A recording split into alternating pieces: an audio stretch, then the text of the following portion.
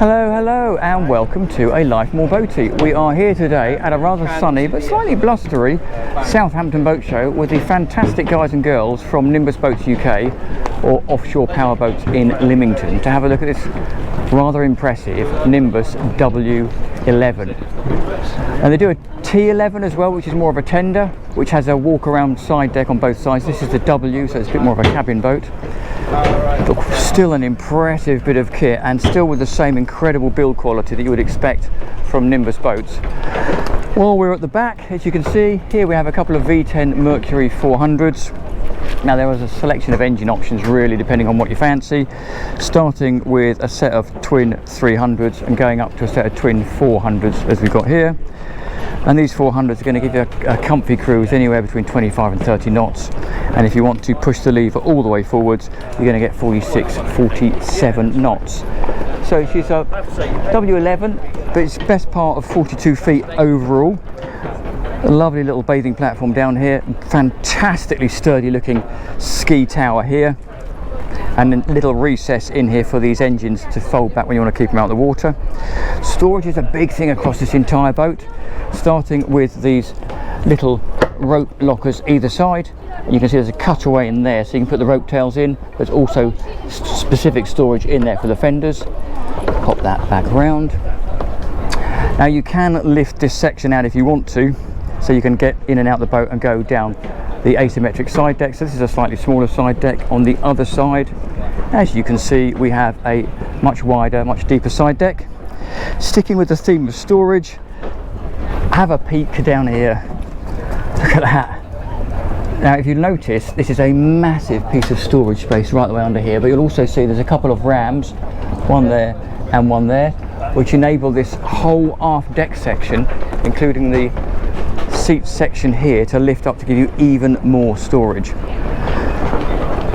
So a lovely run of sort of C-shaped seating here, plenty of seating all the way around, beautiful as you would expect from Nimbus. Look at that, beautiful table, cup holders, grab rail, that then pops out like so to give an even bigger run of dining table. And underneath this table here, you can see there's a lift out section which gives you a little bit of storage at the back, but that's predominantly about getting access to tankage. Nice seat section here, and this, if I've got this right, there you go, that also lifts up and gives you tons of storage. You can tell we're at a boat show because it's all stacked in there. Galley up over on the starboard side here, very nicely done. Ceramic hob, and then there's bits of storage in here. As you would always expect with a quality manufacturer, they come with their own, well, you can see that, their own cutlery. Nice deep stainless double sink in there. Solid windows or solid glass the whole way around, but there is also then a zip-in panel here. I don't know why you can see that. So you can zip in this recess bit here, but equally if it's a hot day and you're going along, you can actually take that out and get better ventilation. You'll also notice there is, and I'm going to say massive, and someone's going to comment that that's my most popular word, but that is a big opening sunroof. Roof bars on top, so you can put paddle boards, bikes, whatever you fancy up there. Helm station over on the starboard side. You'll notice there's a little window there which we'll look at when we're down below. Bolsters you would expect. Nimbus steering wheel. Selection of switches down here. Twin Simrad MFDs. Engine management system here. The joystick, throttle controllers, Simrad and sunroof switch in here. But great view forward, absolutely great view forward. So move over to the right, you'll notice we have a couple of fridges. Number 1, number 2 over there, and a lovely selection of sort of companion seating over here. We then run forward. Entry is via this sliding perspex door.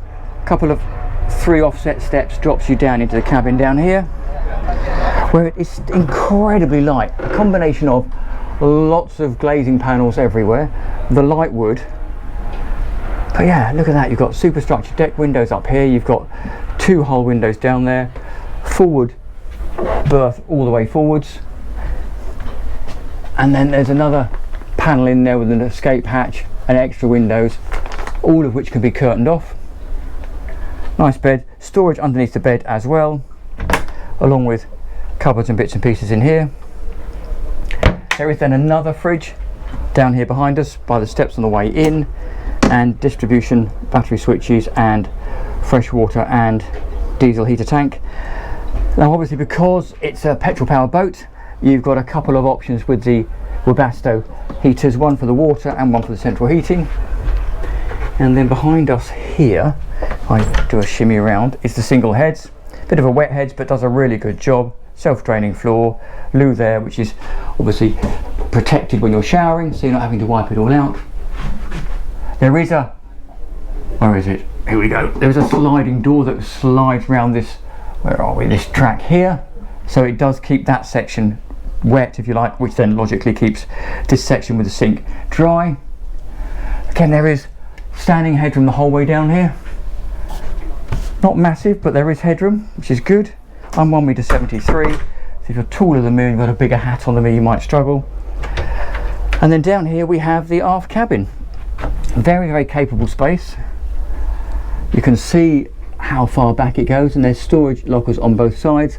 Little seat, and you can see there's the poles that you can drop in on the bow, which we'll have a look at in a moment for the sunshade. But there is, again, if I turn my camera around, there is again standing headroom in the entry point, and again benefiting from some little windows, small as they might be, and a little window over there for fresh air. So I take myself back out of here. More storage in there. Love that little seat over there. So yeah, incredibly light and bright down here. So we'll head back out of here.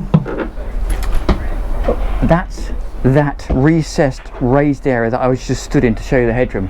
Really clever use of that helm pedestal. So we head out of here,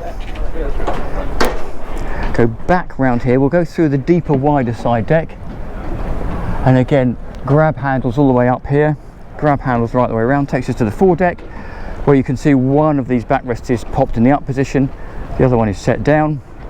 Really big sun cushions. There's the glazing panel we saw, and the foredeck hatch.